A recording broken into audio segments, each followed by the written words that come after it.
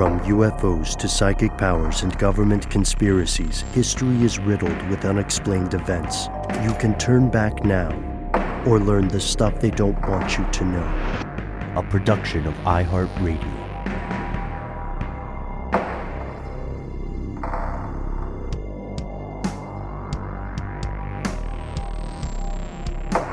Hello and welcome back to the show. My name is Noel. Our colleague Matt is on adventures, but shall be returning soon. They call me Ben. We are joined, as always, with our super producer, Alexis, codename Doc Holliday Jackson. Most importantly, you are here, and that makes this the stuff they don't want you to know. It's the top of the week. A lot of things have been happening. Good, bad, horrifying, joyful.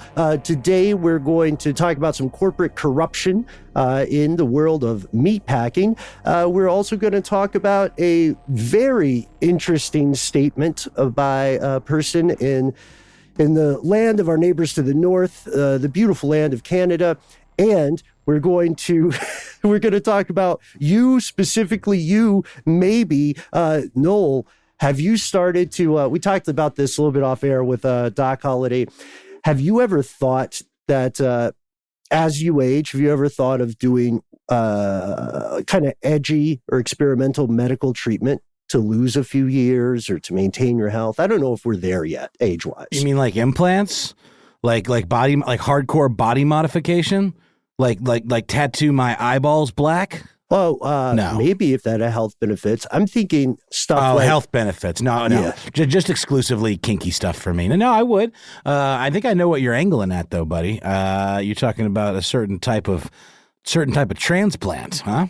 Well, yeah. My segue was going to be the idea that we had talked earlier. I'm still baffled by this, about plasma transfusions, giving the blood of the young to the older, well-to-do, with the idea that it does have medical benefits.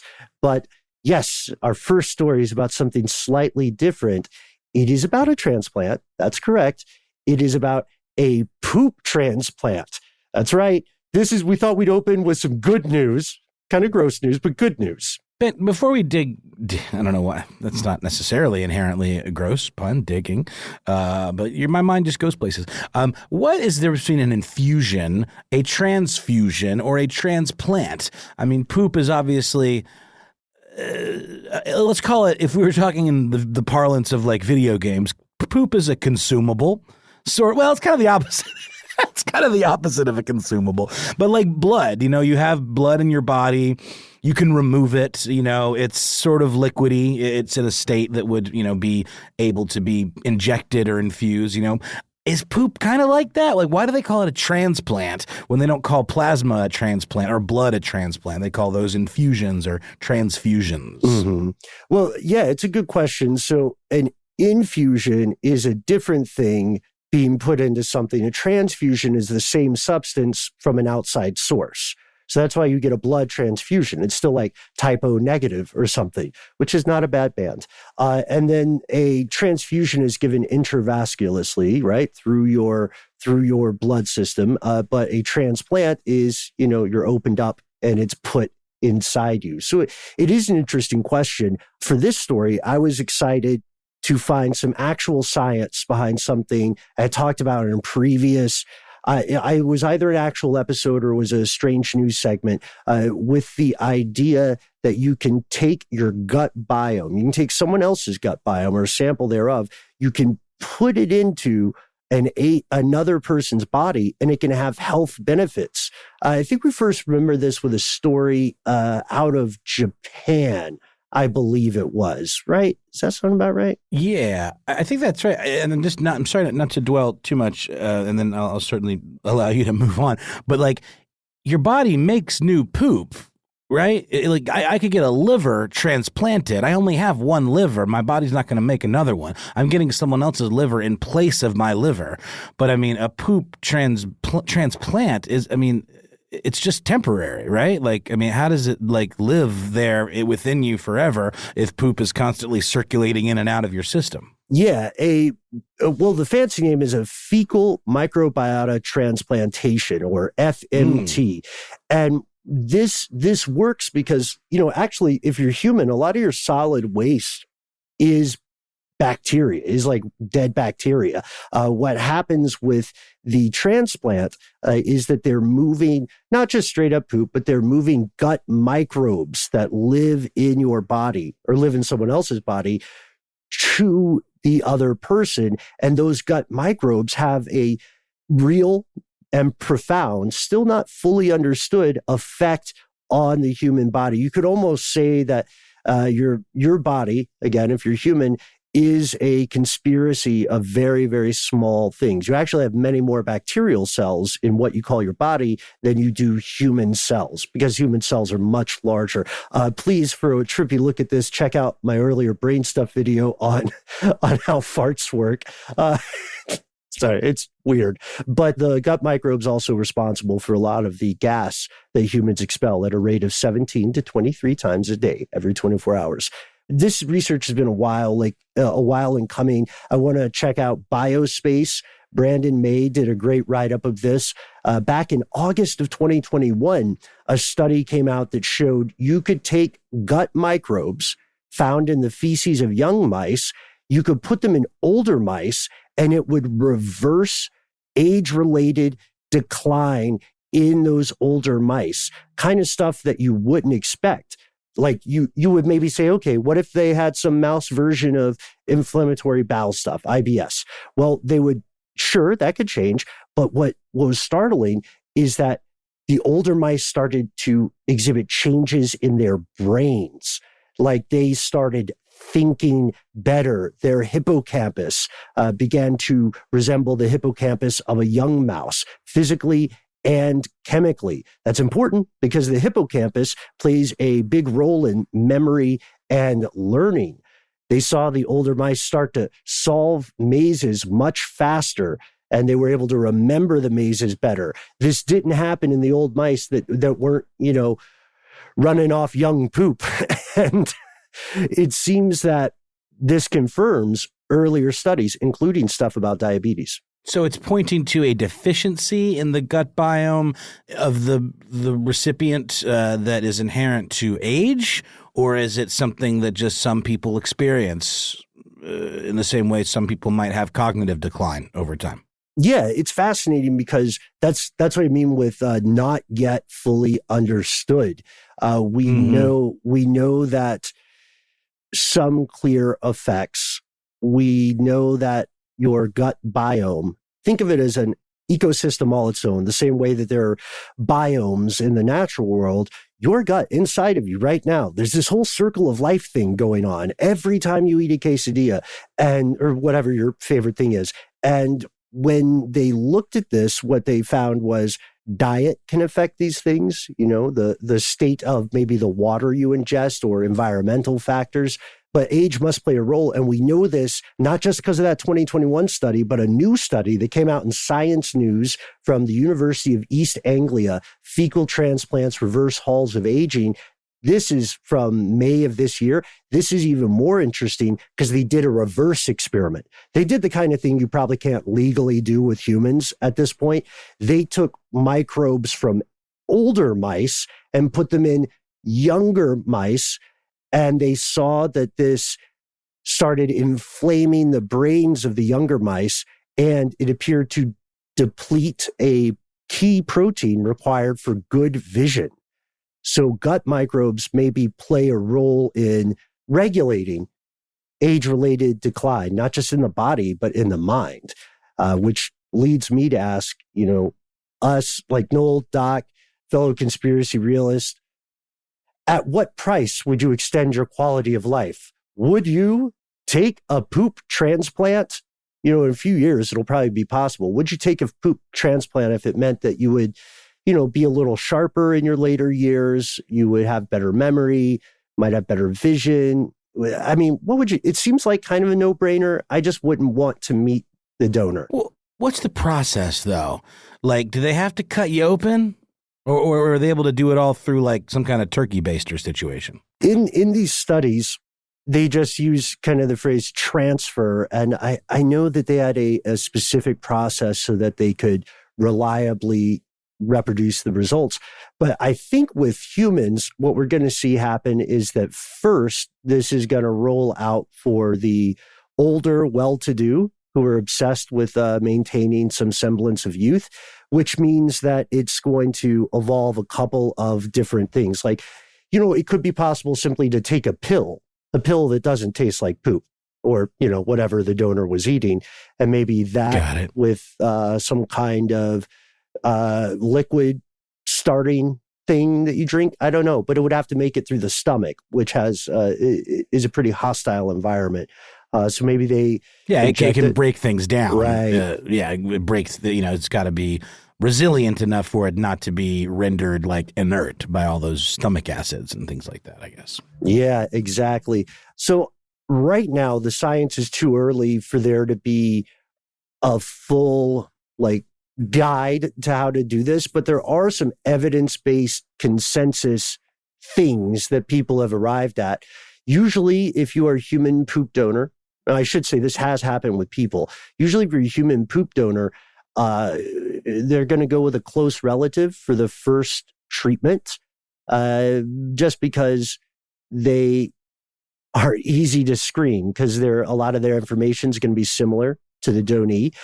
But in some cases, you don't want family members or intimate contacts because they might carry whatever is causing your problem, right? There are no lab standards that are agreed on for this point. So we don't know if the size of the sample needs to be 30 grams or 100 grams of fecal material for it to be effective. We know that it gets diluted with normal saline or sometimes 4% milk, which really grosses me out. Then 4%, like there's 2%. And then there's whole milk, and then somewhere in between there's 4%. It's lab milk. Let's just call it lab milk. Got it. And Ben, just really quickly, if I could add, I think it looks like they use endoscopy equipment for this. Nasogastric intubation. So that's the tube that goes up the nose and then down the throat and into the stomach. And then there's the other. Its close cousin is orogastric intubation, which is putting the hose down your mouth. But I think they're going through the nose for a lot of these so far. The idea is just fascinating because this is going to be possibly a stinky wave of the future. So if we put it crassly, the question then, fellow listeners, becomes, would you put poop up your nose, however diluted or prepared, to have a better quality of life? I think most people would say yes. But I think that's the calculation that I was doing when you asked that question, is why I've been leaning so hard into how it's done, because I've never been under the knife before. I've never broken a bone. The idea, I've got big time body horror, phobia type stuff. So I would be much more likely to do it if it wasn't invasive. The nose thing really freaks me out. There's some movies they've done that in, like Requiem for a Dream, that really gave me some nightmare fuel. I think the endoscopy version, if that's a thing, I'd be more okay with. And this is weird because these studies are overall a good thing, but they're making it sound a little newer than it is. MIT has had a public stool bank. That's right. Beat me here, Doc. A public bank in the United States since 2012. And also, if you look back through history, the very first use of donor feces as a medical treatment, or attempted medical treatment, purported medical treatment, I should say, dates back to the 4th century. 4th, not 14th. Yeah, Chinese physician Hong Ji wrote a book called Handbook of Emergency Medicine. And then 1,200 years after him, another guy in China in the Ming Dynasty named Li Shizhen used yellow soup, that's what he called it, or golden syrup, which had fresh, dry, or fermented stool to treat stomach issues. And that just had to be straight up guzzled by the patient. Right now, as we wrap, we're going to move to our next story. But you currently cannot get a stool transplant for yourself in most parts of the world unless you enroll in a transplant study. So that's the way you go forward. Let us know if you've had one. You know, just to add on the last thing you said about how it's been around longer than many people realize, I certainly had no idea it went that far back. But when I was Googling furiously trying to figure out, how they put the stuff in you, I came up with an article from WebMD from 2005 by Brenda Goodman called "The Rise of Do-It-Yourself Fecal Transplants." Yeah, I would say stay away from that. Oh, yeah. Oh, yeah. Right. Just saying, it's been a little bit. I remember like when I first started working for How Stuff Works back in the day, like, this is a topic that Stuff to Blow Your Mind covered many, many years ago. So this has definitely been in the conversation for quite some time. But there's new information coming out about it with these studies that, like you're referencing every day. So it's interesting. Definitely looking to keep an eye on it when I get older. Maybe I'll get one myself. They should know more by maybe then. It'll be possible to increase quality of life or physical and cognitive abilities for people who aren't suffering age-related decline one day in the future. There's a great documentary about this called Designer Documentary. I highly recommend it. Before we go to commercial, let me give you a brief look, folks, at some of the things they say you need to know before you try to get a fecal transplant. First, best practice by a medical professional. It hasn't been fully explored. Also, people aren't super sure how it works. We're messing with stuff we don't fully understand because the human genome has proven very difficult to crack. Now you have to talk about unlocking the genetic makeup of millions of microbes in the human body. We don't even know how many different kinds of microbes exist. There's no idea about long-term effects. The donor effect is still not yet known fully. We do know treatment might be more effective at earlier stages. So please, please, please, if you have had one of these, write to us, conspiracy@iheartmedia.com. Call us 1-833-STDWYTK. And if you are for it or against it, let us know why. We're going to pause for a word from our sponsor, our commercial donor, if we're talking transplants, and we'll be back. I think we're traveling up north.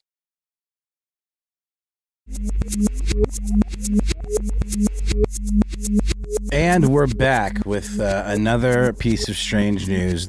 This one I found on Vice World News, and it is another poop story. All right. Yeah, it's its own kind. Yeah, it's definitely pretty grimy. But this one is from Canada, and I never really thought of Canada as being necessarily swept up in all of this stuff, considering that it revolves around, a president of these United States, and not, anything directly to do with Canada, but, it takes all kinds, and it really represents something much larger than the president himself. If anyone needs a refresher, QAnon is a giant, mimetic ball of conspiracy, meme, internet vitriol, fake news, shared collective psychosis involving a cabal of pedophilic cannibals out to wreak all kinds of hellish chaos and unleash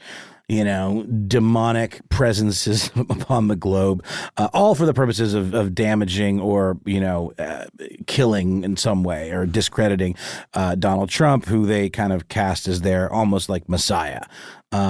Q being sort of a central figure. A lot of their information took place in these drops, these Q drops or whatever, and still unclear as to who Q actually was. Every time we bring this up, I always reference our buddy Jake Hanrahan's incredible podcast, Q Clearance, which I believe there are 2 full seasons of now on the iHeart Podcast Network.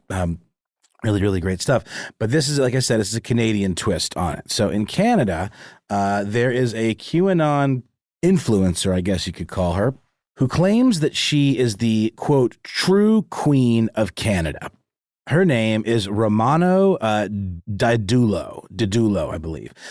She is, in fact, not a native born Canadian. She is a Filipino immigrant based in Victoria, British Columbia. Her exact age isn't known, but she is probably from the look of this person, somewhere in her 50s to early 60s, someone who there is very little, if any, public information about, not social media presence, not, LinkedIn profile or anything like that, until that is, this person kind of really just rocketed into the stratosphere of Trump-related QAnon conspiracy movements over there in Canada. We already know what that's all about, and this is just one of many ways of kind of spreading the gospel of this thing, because it is political in nature. I mean, it's about supporting that type of politics that Trump was all about, but it goes deeper than that. It really the politics is just kind of an excuse to really do some serious internet rabbit holing. So.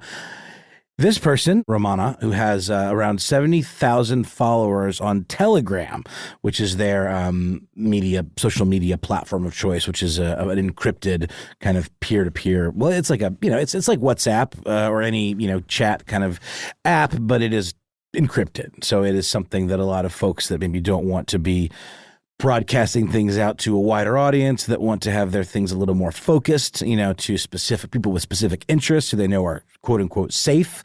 For example, like whether it be black market kind of things or drug dealing, potentially, that's something that Telegram could be very useful for. You're only going to have people on your channel that you've allowed in and that you have vetted to some degree or another.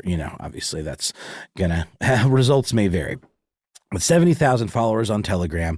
And so the whole sovereign queen of Canada thing is sort of the big rallying point. So as part of that, Romana made quite a few decrees, royal decrees, some of which about all kinds of different stuff. Like one of them was about, making critical race theory illegal in Canada. And again, these are decrees. So this is a person that's claiming to have sovereignty over Canada. And these are royal decrees saying that this is law. So anyone that follows her and believes this idea that she is secretly controlling all of Canada from behind the scenes, takes these as proclamations of real things. These aren't just like, the 95 Theses or whatever. This is law. I decree this. So like I said, one of them, pointing to the politics, is about critical race theory and it being illegal. And then a certain section of the decrees cover utilities. Mm-hmm. Which is a little weird, right? That doesn't sound very sexy up front, but it specifically covers utilities. So Decree 24 claims that electricity in Canada is now free. And Decree number 15 abolishes the income tax. Decree number 23 makes water bills illegal. And then I believe number 79 pertains to housing costs and the price of propane and reduces those to levels not seen since 1955. Ben, yeah. You can see her Telegram, by the way. You can. I've been reading it. Really? Yeah. Okay, but so Mm-hmm. some Telegrams are public and some are invite only, right? I mean, that is one. So why even use Telegram then? I don't understand. Well, in this case, these are statements that she's just making publicly, but they're also encrypted group chats where you could plan stuff like doing a freedom convoy, for instance. So that's the value add for Telegram.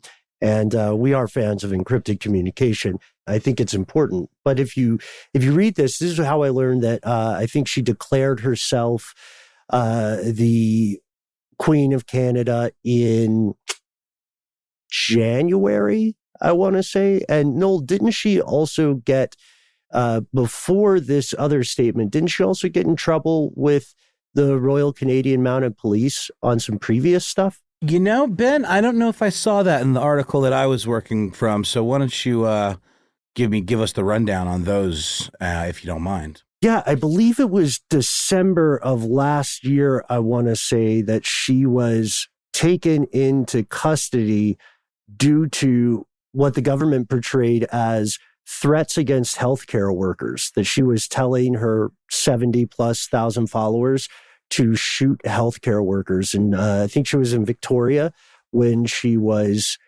served with a search warrant, and she was detained, interestingly enough, under British Columbia's Mental Health Act. Holy cow, Ben. I didn't find that source, and it wasn't covered in the two articles that I looked at. This seems to have tendrils that reach farther than I even realized. Where did you find that bit of information?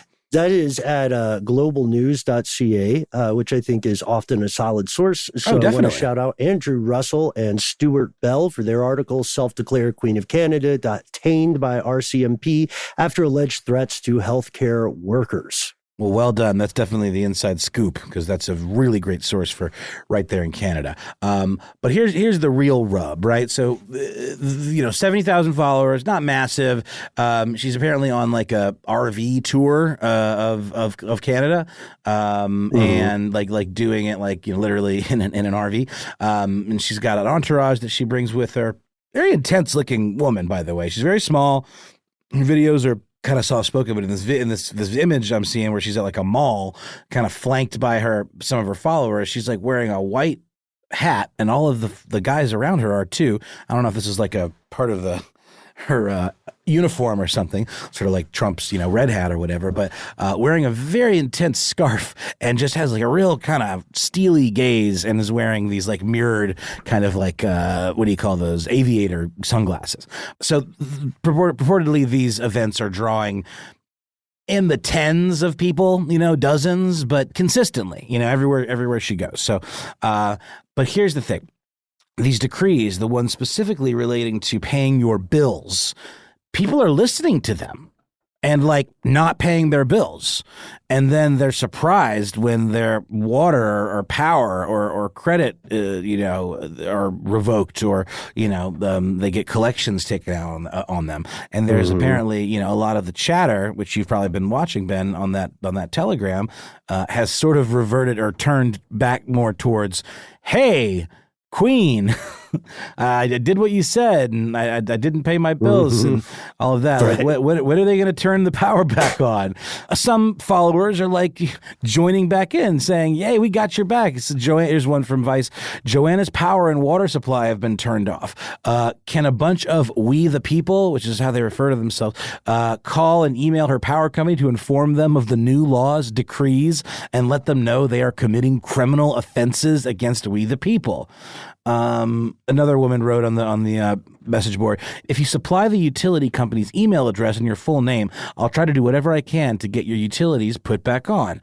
And Romana has responded by saying those sending the bills are robots. Right. So there's a lot of pushback against people that are paying their bills. Saying that you're part of the problem, you're not recognizing, our leaders' sovereignty and all of this stuff. And it's just fascinating. Here, one more. I stopped paying hydro 3 months ago. I got phone reminders, a reminder by mail, and an actual person called my husband. He does not follow QR code, and he was not pleased. Told me to pay the hydro bill. I want to help collapse the government, not my marriage, so I paid. QR code is Queen Romana, by the way. Excuse me. Excuse me. Yeah. Put I some don't know why I respect said on code. it. No, nailed it's true, it. though. Nailed it. It's true, man. I just want to pause because I want to ask our fellow Canadian conspiracy realists in the audience today, are you all aware of this person? Because I know here, south of the border, this is not someone who's super familiar with a lot of us, though I'm sure there are some U.S. followers. I believe the majority are Canadian in nationality. And if you check out that Global News article, she issues it's always in the same format. She issues things like that say, to the attention of blah, blah, blah, blah, blah. And and then she outlines, it's almost like a listed manifesto, like you were describing with power bills and utilities. She was saying this with COVID-19 or vaccination stuff. So it's definitely related to QAnon, and it's kind of, I think, become its own thing. So I'd just be very interested in any of us in the audience today giving a personal account from Canada about this. Like, had you heard of this before this Vice article? No. No, not at all. I heard about it initially from the Internet Today YouTube channel I was talking about that I love, and then followed up on the Vice article, and then found another one on Yahoo. And wish I'd found the one that you'd found, Ben. That's super helpful, and I'll have to read up some more. But I mean, it's like it's a scam, but to what end? Like, is this woman herself a true believer in what she's saying? Is she actively out to hurt people? Because I mean, you're going to have marginalized people maybe lower education. People that are poorer or older who maybe are more easily taken in by this kind of. I'm not trying to say anybody's stupid, but I mean, come on. It's like, sure, the idea that she's saying is like, I'm in control, or like, we can be free. We don't have to. Yeah, you absolutely can. But you should not expect that those government services are going to continue. Anybody has the right to live off the grid, but you don't have the right to get free everything from the government. And yeah, is it kind of messed up that we have to pay for natural resources like water that someone who lives off the grid could just drink from a stream? It's a little, dystopian. Yeah, but it's also, you could also get poisoned from drinking from a stream. So I don't know what to tell you, man. I don't know where the middle ground is, You just carry around a life straw and just drink from puddles. But you can definitely, it's your prerogative to not pay your bills, but you also need to understand what the outcome is going to be. So this is like she's selling this vision of freedom and autonomy, but it's a bill of goods because the thing that she's selling is not hers to sell, right? Yeah, there's also merch like you would find with any political campaign. There's a I'm not going to give the specific link on air, but I am going to put it in the chat. Doc Noel, if you guys want to get a hat, a sweatshirt, a flag. It is weird though, because I was thinking about historical precedent, and basically anybody can declare themselves royalty, right? The way you become royalty is other people agreeing with you. As a Commonwealth country, though, Canada's sort of already spoken for when it comes to monarchies. Right. So I don't know, but it just, I mean, there's a great point in the Vice article you raised by Mac Lamoureux that says, where someone says, hey, it's intoxicating. There's like, maybe you're hard up because the economy stinks for so many people, and you get this voice that's saying some stuff you already agree with, and it's further saying you don't have to pay these bills, right? You are privy to knowledge that the rest of the world has had hidden from them. So stick with me and I'll solve this problem for you. And people do seem to believe in this idea because, like you said, they're sending letters that say, hey, the Queen says you can't do this, which must be kind of a hoot, honestly, to the utility companies. I mean, I'm sure it breaks up the monotony of what working for a utility company and bill processing must be like on an everyday basis. But again, to the detriment of these people who are potentially, think about that. Let's talk about credit cards. Let's talk about not paying your credit cards. That'll have far-reaching consequences in terms of like causing your credit score to plummet or potentially collections being put out, things that can affect your life. And again, I'm not saying that, we wouldn't all love to figure out how to live off the grid and not have to worry about all these things. They're things that stress everybody out and seem very superfluous and mean-spirited and not really designed for us, more designed to, get things from us under the guise of being necessary to live. But if enough people participate in it, it's not really a guise, is it? It's like you kind of have to. If enough people use cell phones and you're the only one that chooses not to, it's your choice, but you're going to lose out on certain communications. People are going to treat you different. You might not know when people's parties are happening, and you're going to ultimately be isolated. And that's your choice, but, it depends on what you want out of life. I don't know. It sucks to even talk about because I'm like, all of these things are tiresome and stressful. And I'd love to just be able to just say, you know what, screw it. I'm not going to pay anymore. But I know what kind of avalanche that would cause. And like it or not, we're bought in to some degree or another. Well, Ben, we've got another one coming that you found in Matt's absence since he's adventuring today. And we're going to talk about it. And it's a similarly interesting dystopian kind of being part of the world byproduct type story. So we're going to keep an eye on this story about the Queen of Canada and see where that goes. But in the meantime, we're going to take a break, and then we'll be back with one more piece of strange news.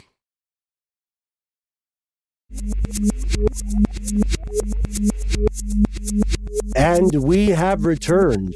Credit where it's due. This is a story our good pal, Ride or Die Matt Frederick found. And although he is adventuring today, he really wanted to share it with you, fellow conspiracy realists.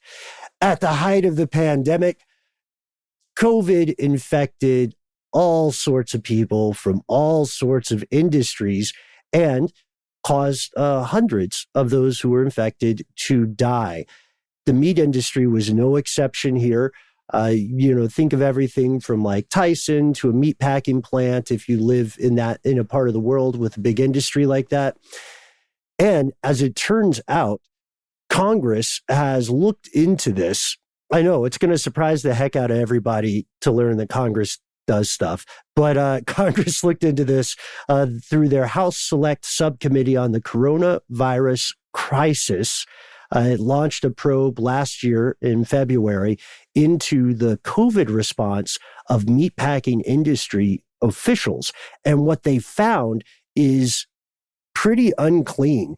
They said that the industry kind of created a panic about the nation being on the brink of a meat shortage.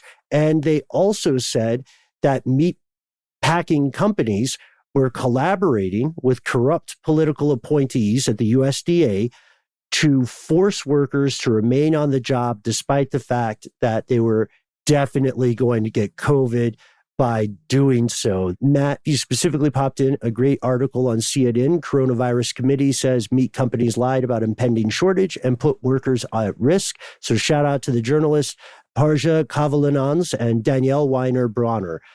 This is not surprising to me, I hate to say, because the meatpacking industry often doesn't have a great reputation, right? Like, no, in Augusta. Yeah, ever since like the jungle, probably not so great. They earned it. I know that in a lot of more rural areas of Georgia, you see tons of chicken farms and stuff like that. There's a lot of livestock in the Southeast. There's even more out in, cattle country.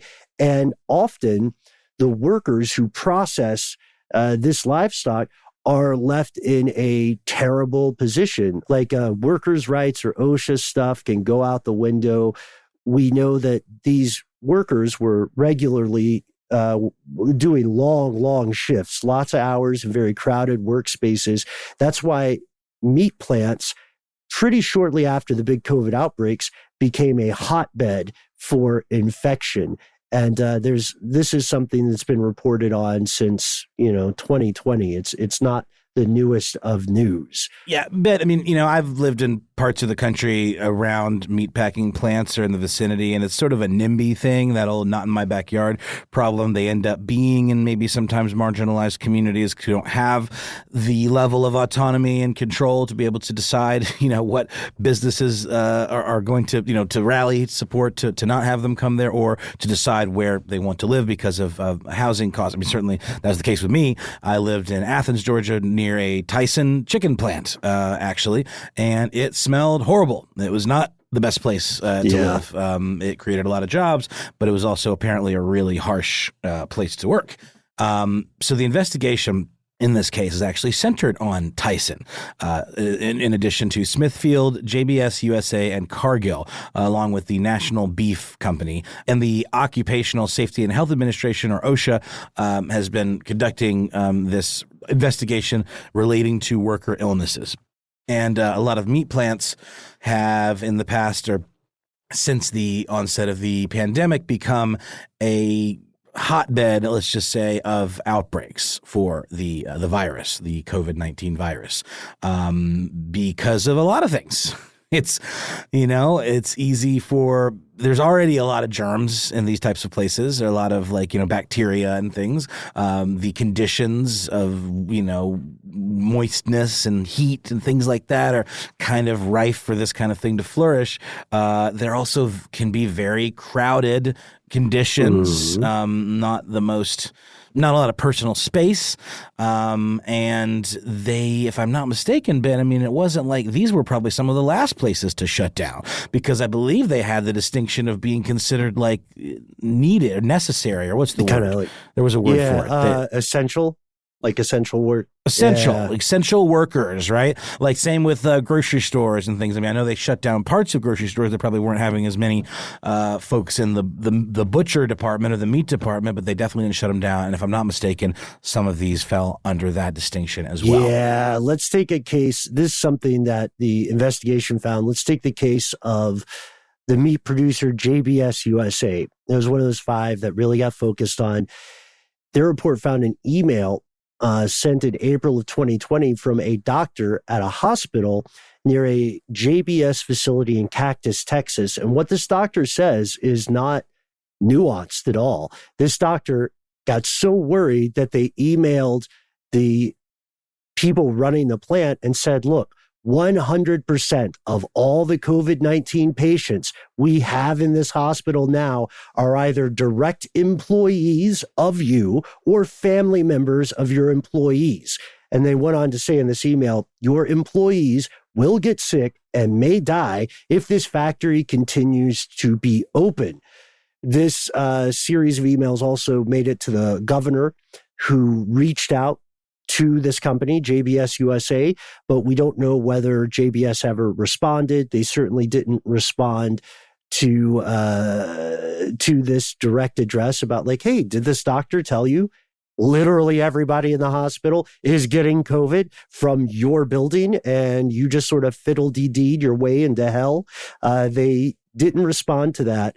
And this is where definitely fiddled their way into hell. And that's the devil, Guy loves fiddles. Devil went down to Georgia. Guy loves fiddles. He loves fiddles, we're keeping it. Especially golden ones. Yeah, no, it's accurate. But I want to say I was looking just to confirm what I suspected was true, and I know what you know to be true, having looked into this article already. But it is in fact the case, and there's an article that comes up on The Guardian called "The Disposable U.S. Workforce: Life as an Essential Meatpacking Plant Worker," and the subhead is "Workers are still waiting for reforms to an industry in which 60,000 got COVID and nearly 300 died." And this is just from like late last year. Yeah, and there was another thing. A lot of stuff was happening in April of 2020. The CEOs of Smithfield, Tyson, JBS, and a couple other companies went to the cabinet of the White House at the time, and as well as the Secretary of Agriculture, Sonny Perdue, and they put some pressure on there, some backdoor pressure, and they different phrase. Yeah, that different sounds, phrase. Yeah. They oh, what a day. They put some behind the scenes pressure on Sonny Perdue to, quote, elevate the need for messaging about the importance of our workforce staying at work to the POTUS, President of the United States, or VP level. And then they said, we need to make it clear that, quote, being afraid of COVID-19 is not a reason to quit your job, and you're not eligible for unemployment if you do that. Like, they wanted to keep these people working, even though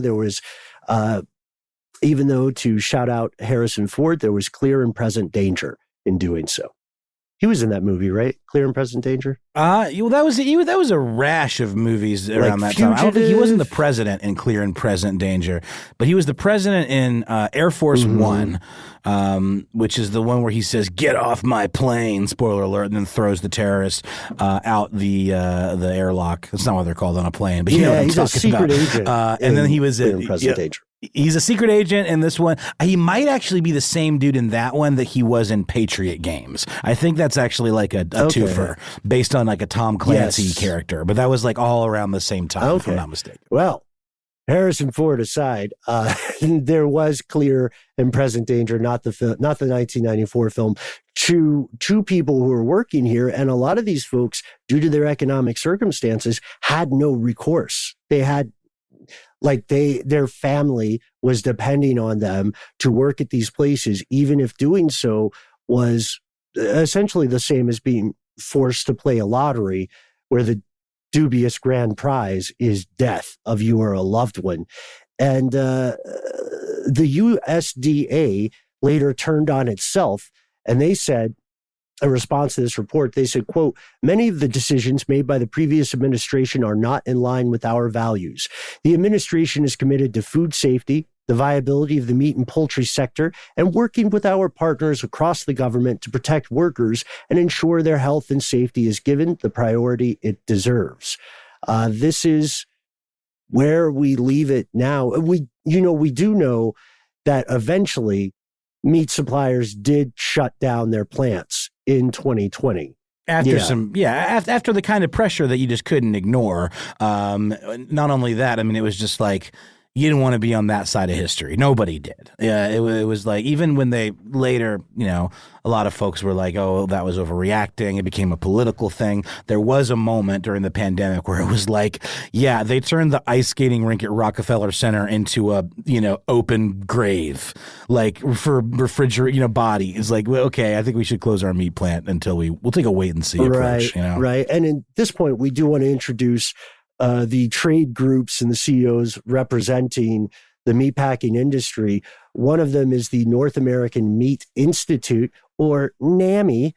I don't know why. I love an acronym. Anyway, NAMI said the committee's report was partisan and that it distorted the truth about the meat and poultry industry's work to protect employees during the COVID-19 pandemic. They said the committee has done the nation a disservice. They could have tried to learn what the industry did to stop the spread of COVID among meat and poultry workers. Instead, they cherry-picked data to support a narrative that is unrepresentative of the early days of an unprecedented national emergency. So just to put that out there, nobody on the meatpacking side said, oh, yeah, you got us. 2020 was crazy. People instead said the narrative was unfair. So at this point, I think it would be great for us to hear from you if you work in the meatpacking industry in any regard. Would love to hear your firsthand experience about what was going on.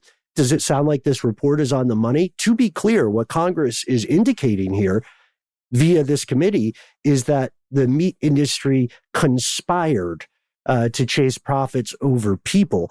But for their part, the meat industry is saying this is not the case. Do you believe that they are correct in their rebuke of this report, or is the answer somewhere in between?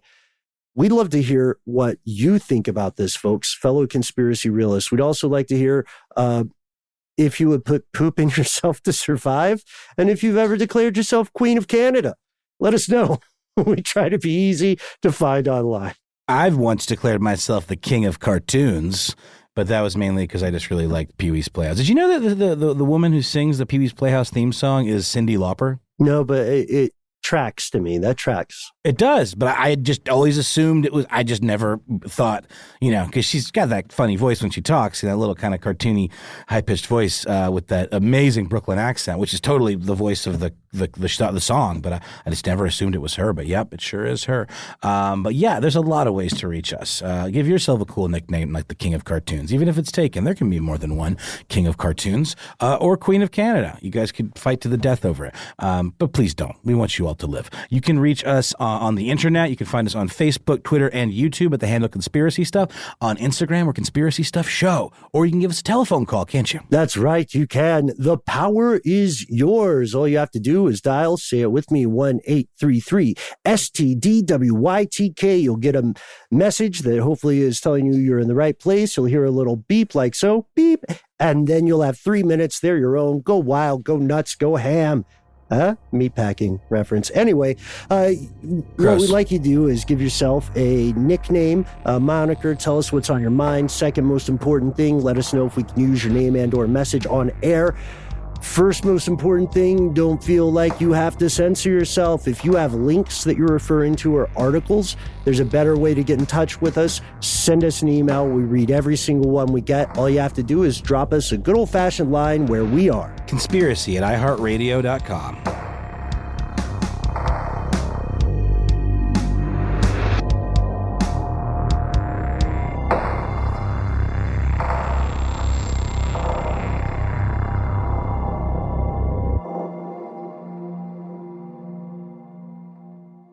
Stuff They Don't Want You to Know is a production of iHeartRadio. For more podcasts from iHeartRadio, visit the iHeartRadio app, Apple Podcasts, or wherever you listen to your favorite shows.